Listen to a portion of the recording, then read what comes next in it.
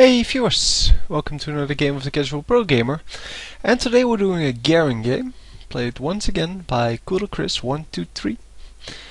And yeah, we saw in the startup screen, or the whatever it's called, the loading screen, that there's a Garen on the other team as well. So we will be doing two builds, and well, I already know this because the blue team actually has Alistar as their tank, so I'm guessing that our Garen will not be going for anything tanky at all. I mean, he might be buying something defensive, which is always a good idea, as you well know. But I'm guessing he's going to share the tanking business with Alistar, although looking at this, Alistar is actually going for an AP build. So yeah, that's different. Because now it seems that they have two tanky characters, but neither of them is going to buy defensive items. So enemy Garen will have to share with Tarek on the tanky business part, and enemy Tarek is going, well, there is only one Tarek. Oh, so they lose the first blood already. Probably checked in the bushes, which is the most stupid thing you can do early game, because it's basically a 50-50 shot of getting first blood, but also therefore a 50-50 shot of losing first blood. Yeah, I will be showing this because I tend to forget that. So we see cooldown reduction 3%, which means he has gone into the what's that? The utility tree. Armor penetration 8 is probably from the runes, and for the rest I have no clue. And I don't really care. So HP regen per 5 is probably from the defensive tree, and my mouse doesn't work. Excellent, excellent. So we will try again. Hang on. Oh, right, my mouse doesn't work. Oh man, this is so annoying. I'm going to try to fix it, but we'll lose a few seconds. But yeah, we'll just wait for this fight to be over a little bit. So from the two enemies here, we see Garen being very tanky and Nocturne, of course, being the weak one. So they will have to focus their damage on the Nocturne. They do have a pretty big advantage in that Vayne is ranged, and both of the enemies are melee. So once again, something you should keep in mind when you're picking a character. Although the melee characters do more damage on average, you do have to take into account that they will have some trouble farming early game, because, well, they will get killed by, or at least damaged pretty hard by their enemies if they are ranged. So I am going to try to fix this.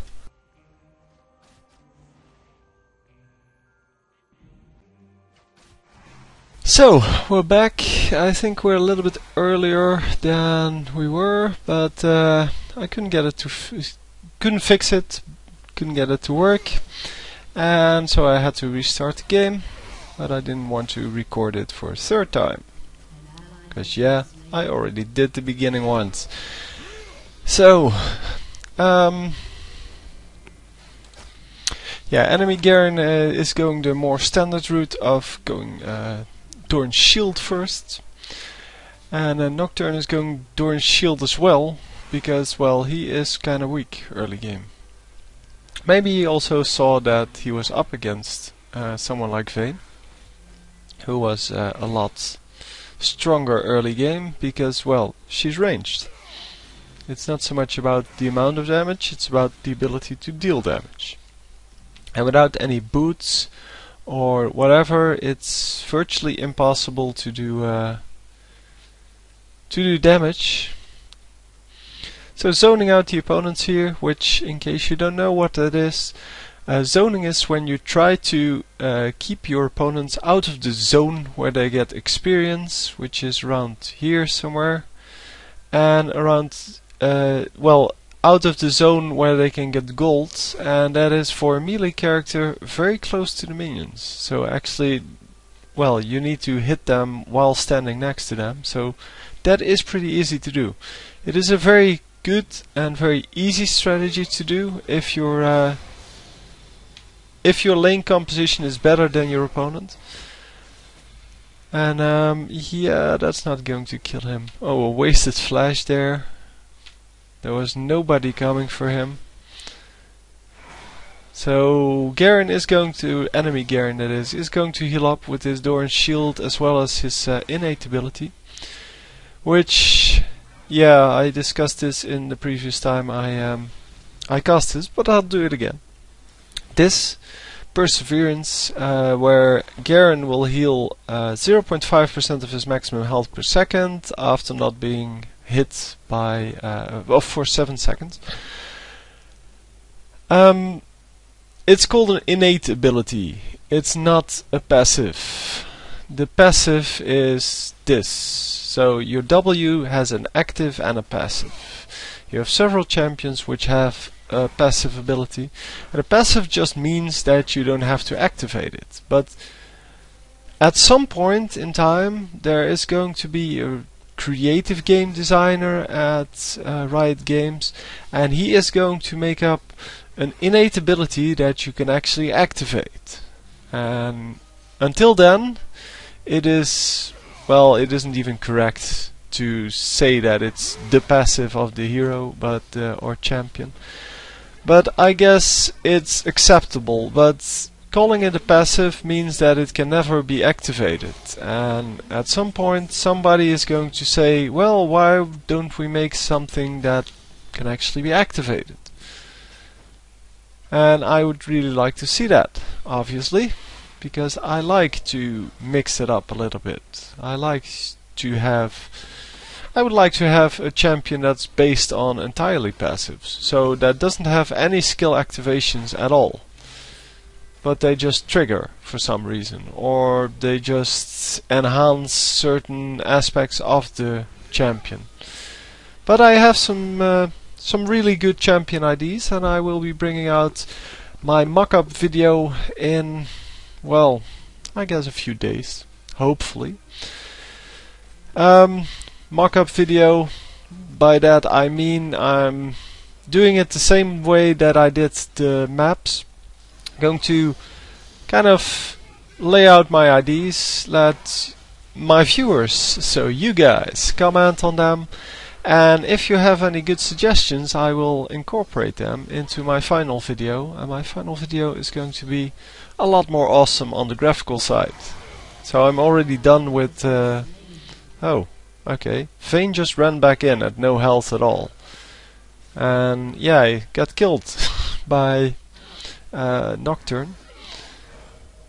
And Vayne, of course, being very good at escaping, kind of should have taken that chance to just get away and heal up.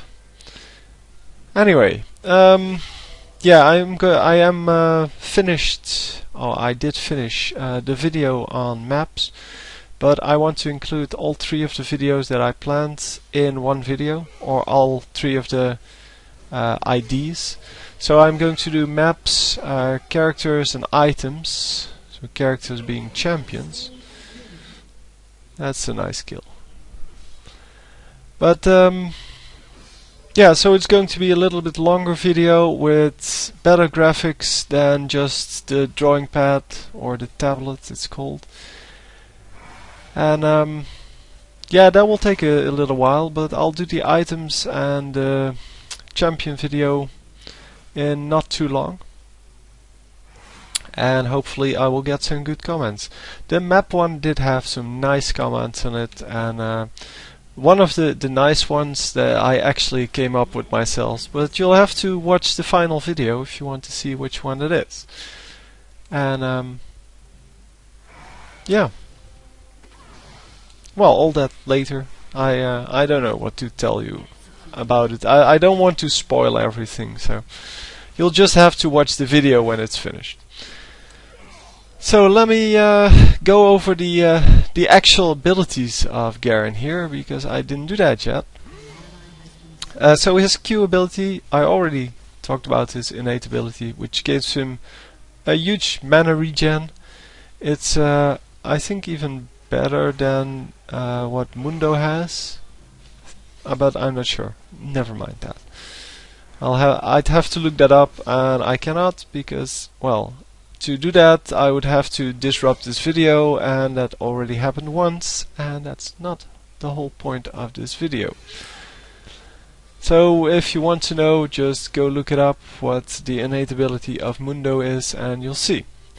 So first of all, the Q, Decisive Strike, which is basically a single target nuke, and it just adds some damage to, well, to your next attack. And also, if it's a champion you're attacking, then it adds a rather nice silence of 2.5 seconds, which is a huge amount of time in this game, and that is, in my opinion, one of the more overpowered things of Garen, that he can actually silence someone for 2.5 seconds.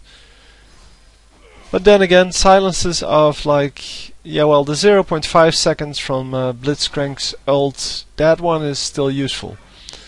But the ones from, well, I don't know, Soraka, for example, of 1 second, that's not really useful, because 2.5 seconds actually prevents your opponents from doing a certain skill. 0.5 seconds actually disrupts the channeled ultimates from like Nunu and things like that, and we are actually seeing a kill here, yeah. Oh, actually getting out of that, wow. Who did Nocturne go for then? I don't know. Yeah, Nocturne's going to die here. There's no way he can do that damage that quickly, and yeah. Very nice, very nice. Yeah, his fear doesn't go off in time, and because there's two champions, you cannot fear both of them. So, nicely done. Anyway, the silence can be used to, well, get rid of the ultimates of, well, the channeled ultimates, as well as some of the, well, abilities, I guess. But 2.5 seconds actually prevents some of the mages, for example, to retaliate, and it also prevents them from silencing you, of course. But having a very short silence, so like why do I keep forgetting these names? Like Soraka, Soraka has a relatively short silence, and it really doesn't do that much in the way that it can silence an opponent's spell, so prevent him from doing anything with his spells. It just prevents them from the channel ultimate, or just disrupts the channel ultimate, and then you might as well have 0.1 seconds, because it doesn't really do anything else. But the 2.5 seconds actually prevents your opponents from retaliating while you run back, or, well, even flashing away for quite a long time. I mean, flash is silenceable as well. So if you're hit by silence, you cannot use flash, which is kind of strange to me, but okay. Well, in a game design kind of way, because silence is supposed to be a summoner ability, and I don't know exactly how they did the backstory on this, but the summoner is not the champion, and so the summoner is somehow controlling the champion. As I said, I don't know the exact thing, and they're going to kill Nocturne here. Yeah. Unfortunately, they do lose Vayne for that, but that's okay. I mean, there's a 1-for-1 trade, and they're going to pick up this this Garen as well, as he has his ultimate up. Oh, come on, get him! Oh yeah, sure. Ignite was still up. So with Ignite still up, it's an easy kill, obviously. And very nice. So they get 2-for-1. And they do get some extra minions, and perhaps even some damage on the turrets. What was I talking about? I have no clue. See, I should just stick with my points. Oh man, I know it was something I wanted to say more about, but oh no, well, doesn't matter too much. It'll come up at some point. Oh yeah, I was talking about the flash. Yeah, so as a summoner you're controlling the champion, and then if you silence the champion, how do you silence the summoner at the same time? That just doesn't make sense at all. I mean, I know that they want to just balance the game, but flash, well, everybody can take flash. I mean, it's certainly one of the strong, well, the strongest, I guess, summoner abilities, but silencing a champion should not affect your summoner skills at all, because there's two different layers there. I mean, that's like saying killing your champion will actually make you lose some of your masteries. Your masteries is also part of your summoner profile. And yeah, if you're going to make make flash silenceable, then how do you deal with all the rest of the abilities? But anyway, doesn't matter too much. But you shouldn't make a backstory if you are not going to stick to it. Then you should just say, look, this is a game where you control a champion, and you can also gain rune spots if you play enough games, because that's the only thing that really your summoner does. That it creates rune spots and mastery points. But anyway, I can get very annoyed by these kind of stupid things. It's the same if you read a book. So if you read I don't know, let's take a random one, Harry Potter. And in book 1 you say that, let me get an example here.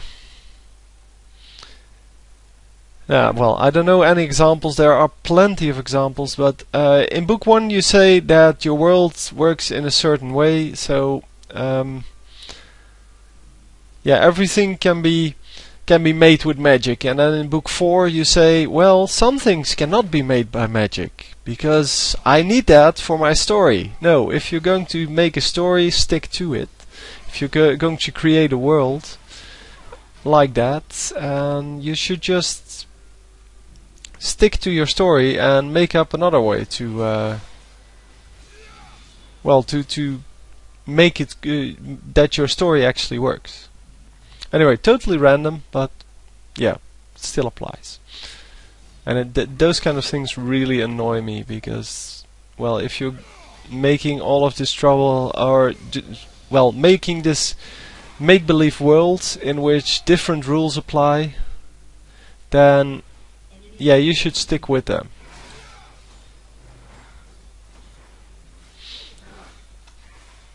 And, well, anyway.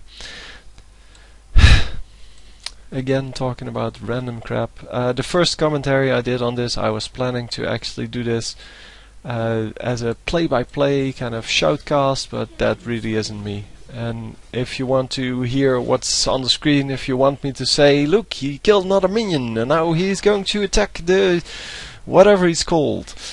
Yeah, you shouldn't go to this channel. You should go to, I don't know, some other random someone. because there's plenty of people doing that. And in StarCraft I didn't like it, and here I don't like it either. And in StarCraft it's even more useful to talk about what's actually on the screen, because there's a lot more happening on the screen. You can have like 12 buildings on the screen, and yeah, you can miss a lot of things. But here, well, there's like 4 champions on the screen at the moment, and you can pretty much see what they're doing. If you need help seeing what they're doing, if you need me to comment on that because you cannot keep up with it, then you probably shouldn't play this game. Anyway, he's building into all AD, and nice to see 2 Doran's Blades, which gives him just a little more health to stay alive. And enemy Garen is going for a purely defensive build, and he is going for for tank Garen, which means that Tarek is probably going for some AP, and he is. So he is going for 3 Philosopher's Stones, which currently doesn't work anymore, but since this was before the last patch, it is still a valid build. Nowadays, the Philosopher's Stones and all the gold per 10 items, they have unique passives, which means that you cannot stack them anymore. You can stack different items with each other, but not multiple Philosopher's Stones. And I know I said this in the previous 3 videos or something like that, but it's a huge change, and I just wanted to make sure that people actually know that that's the case, because I didn't know it, and I was told by one of my viewers that it actually doesn't work anymore. And then I went to the database and saw that it was indeed a unique passive now. And we see some nice killing going on here, all in all, and they're going to escape at very low life. And this guy is not.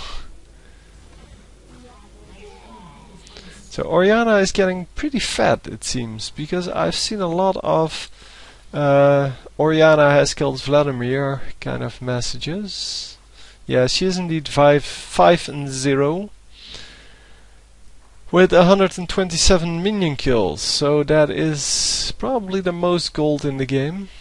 Although it is a good thing that Vladimir is going 0 and 5 and not 1 and 5. Because if you get a kill, your money resets, and that is pretty big deal. That is a pretty big deal.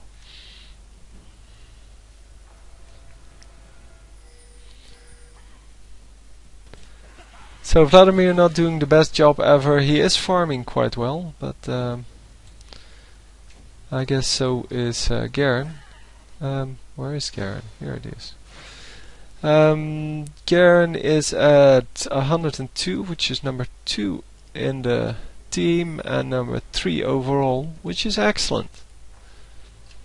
Of course, with AD you can farm a lot better than with the tank build, because, well, I completely whiffed on the fact that I was explaining the skills. Yeah, I will explain the skills, and then I will at the same time try to explain why farming with the tank build is really hard.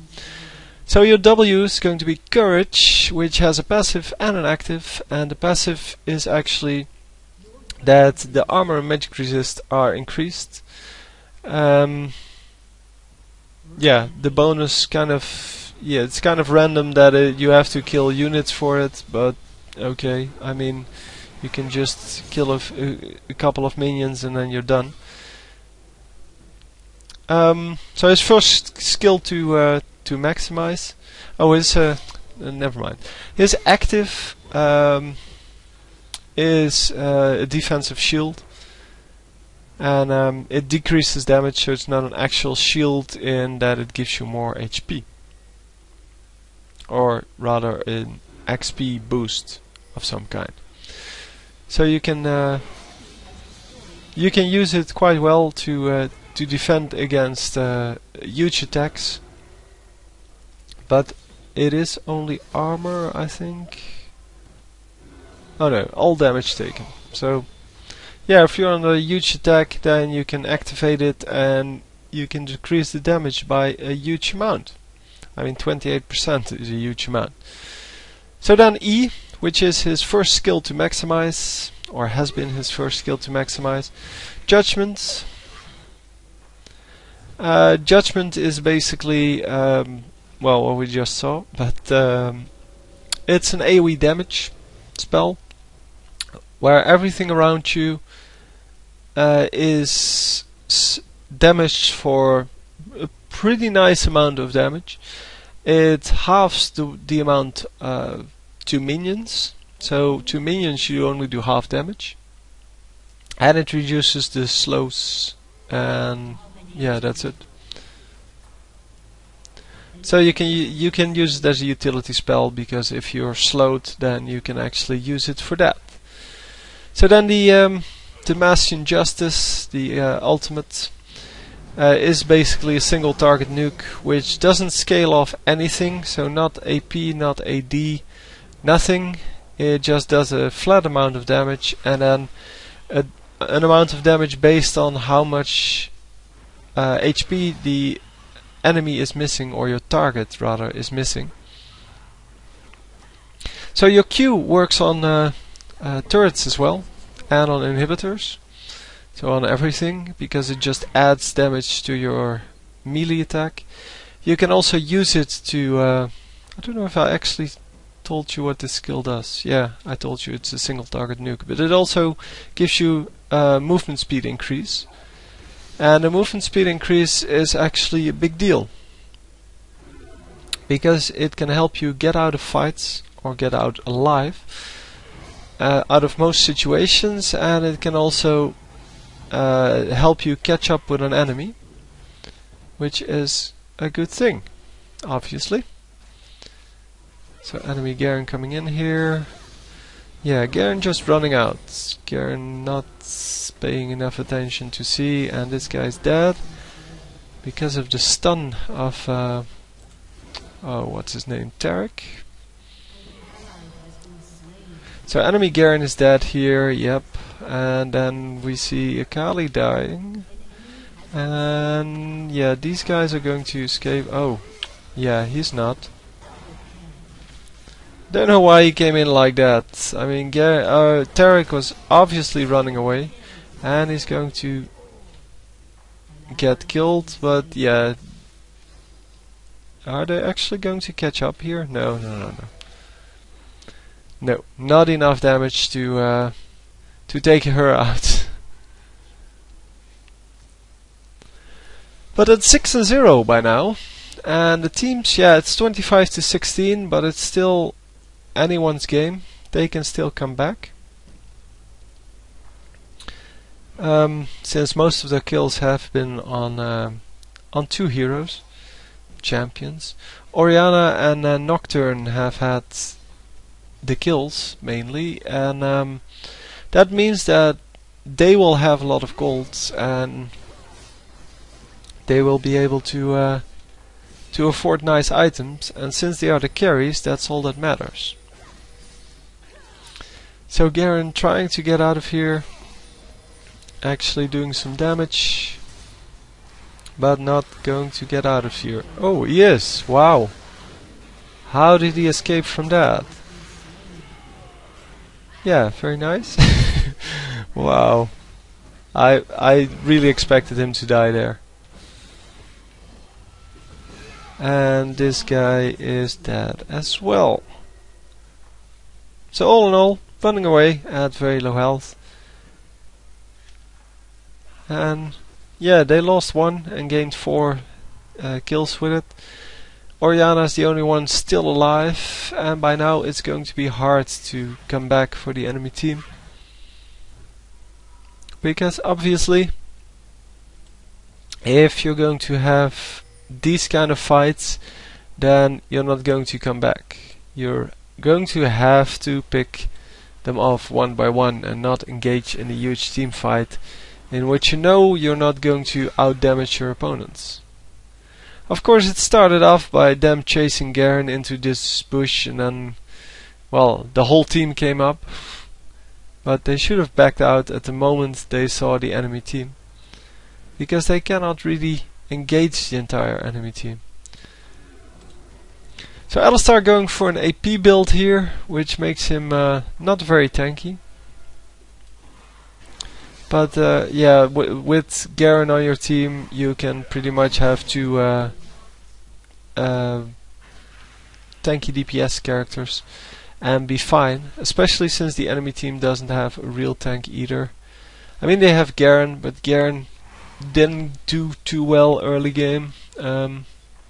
40 minion kills, 2 and 8. Yeah, that doesn't give you a lot of items. So 147 minion kills and 8 kills actually gives you a Sunfire Cape as well. So I guess they're about equal. I like the fact, of course, that he's building some tankiness into it. So the Sunfire Cape in this case. You don't have to go for a complete defensive item, but I do like it. And oh, I didn't mention this, but I should have. All of the skills of Garen are based on cooldowns only, so there's no cost. And yeah, that is quite a nice ID, because of course we have mana based, we have energy based, we have health based, and we have cooldown based. And well, Garen is cooldown based, and that makes for a completely different playstyle. It makes that your skills basically can be spammed whenever, so you can use them on the minions, you can use them on harassment. You don't have to manage anything, and it also makes your skills probably yeah, that was a wasted flash.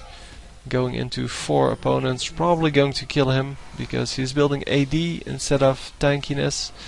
And his team is not coming in at all. Yeah, he should have probably gone here because Akali was here. Or, no, this guy. The Vayne was there. And Vayne might have actually been able to help him, but yeah, all in all, probably not the best engagement there, but his team could have helped out, and they might have gotten a few kills. But they didn't, and it doesn't really matter too much. But you can see they can still pick the champions off one by one, so the enemy still can. And they should really use that in order to yeah, to get back in this game. Because by just playing the regular game and just grouping up and waiting for the team fight to happen, that's not going to accomplish anything. Kind of lost him. Oh, there we go.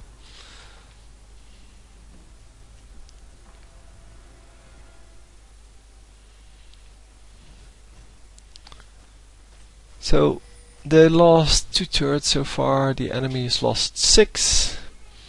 And yeah, that seems pretty bad on the opponent's part, and it is pretty bad, but it's not, well, the worst thing ever. I mean, you can still win this. And okay, it's getting harder and harder, of course, because if you're 12 kills behind, then it is pretty hard to come back. And of course, 6 of these 12 kills were Vladimir going 0 and 6, which means that they don't even get you that much gold. I mean, 0 and 6 in the old patch gets you to like 100 gold. In a new patch, that's really, it goes to like 50 gold then. But that means that killing 2 minions is actually better than killing a champion. And that's just wrong to me, but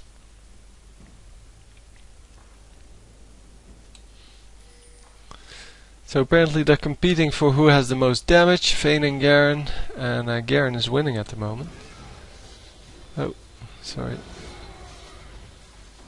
So are they actually going to get Orianna for once? It seems they aren't. Oh, wow, they are. And then they pick up the Nocturne, and enemy Garen is going to die here, I'm assuming. Yep. And then this last guy, oh, he gets away. Or rather, she. Oh, there's another one. Oh, he's going to die. Come on, get him. Why would you use your pool like that? Okay, it slows, sure. No, he's not going to die, because Alistar is getting out, because Alistar is not a tank today. Well, anyway, we're going to attack this turret here. So, yeah, these guys are both dead. With the Garen at full health, there's no way you can survive that.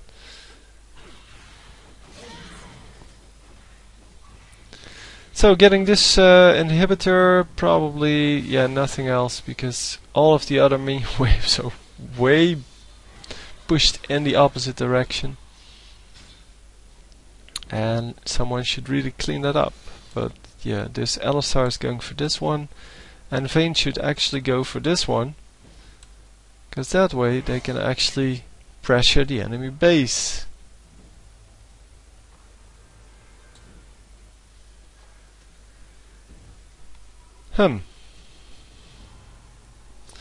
Yeah, Warmox on Garen would be very nice. It gives him more HP, which gives him better perseverance, so more health basically, more health regen. And it also gives him just, well, more tankiness, even though you're not really investing in either armor or magic resist. It does buff you one of your skills, as well as well, your overall defensiveness or survivability. And by now we see Vayne actually pushed this lane, and someone, either this or this, is going to go to the top lane. Bottom lane, sorry. Oh, this enemy Garen.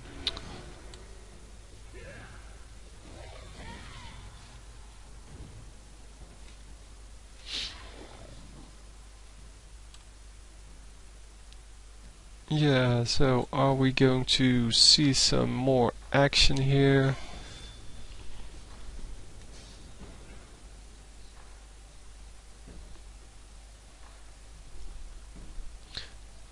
Sorry about that.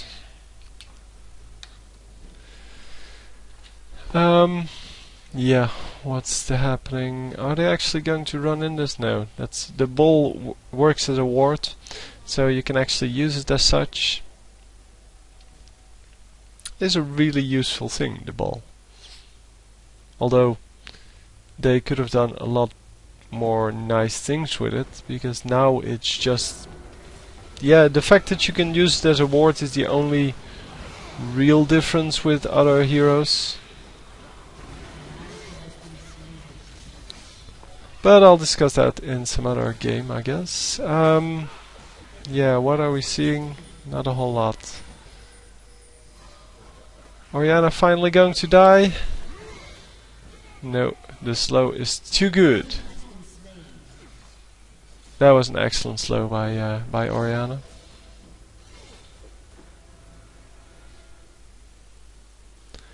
And they are going to kill this turret now, because there's nothing the enemy can do. There's 3 dead, and they're going to take turret, inhibitor, and then probably put some pressure on one of the Nexus turrets.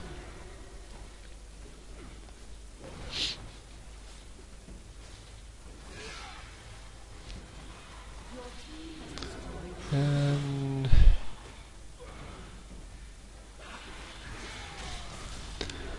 yeah, so to me the ball is more of kind of well, the Q skill, which is your basic skill, the one which you use the most.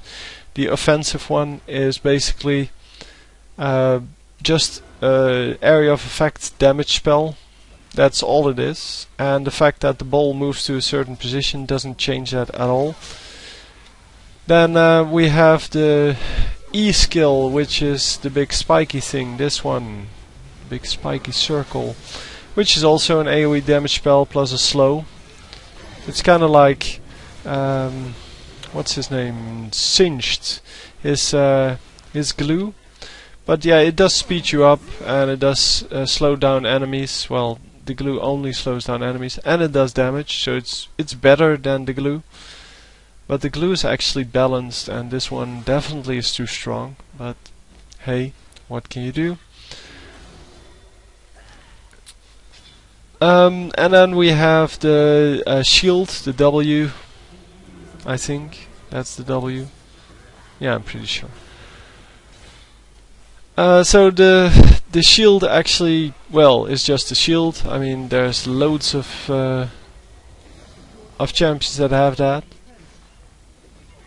And then of course you can give the ball to someone, and that's that gives them additional magic resist and armor, because that's a use of the ball, but that's more creative than just an AoE spell. Anyway, hope you enjoyed the game. Wasn't really an exciting game because the enemy couldn't pull it together to actually get back into this game. But still, was a nice game to watch, and I hope you enjoyed. So I'll see you next time. GG.